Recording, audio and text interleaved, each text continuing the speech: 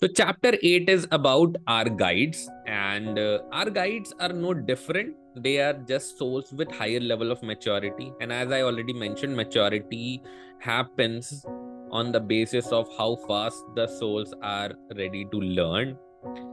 And these souls can also incarnate with us. Our guides can incarnate with us in our lives to help us. There has been a specific instance mentioned in this particular chapter by a particular subject who remembers her guide being there with her in different life forms. So that can happen. And these guides choose us. We cannot choose our guides, but each and every guide is very encouraging and they are very helpful. And based on the experience, so we talked about the junior level, we talked about the teachers, we talked about the masters. So juniors have lesser number of souls, teachers have higher number of souls, and masters take care of the teachers. Now, masters are not actually God as has been described. The God or the concept of God has been described in the form of a creator. So the masters or the highly advanced souls report directly to the masters. The younger souls do not interact directly with the creator in the spiritual world.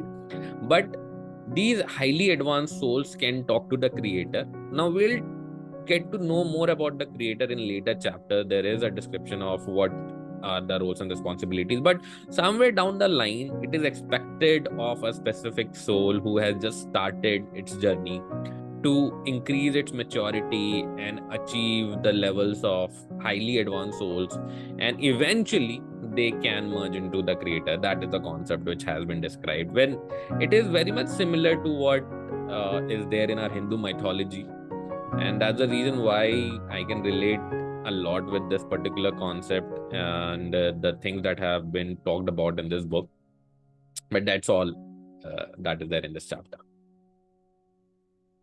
So chapter 9 is known as beginner soul. Now we will look into different level of maturity of souls.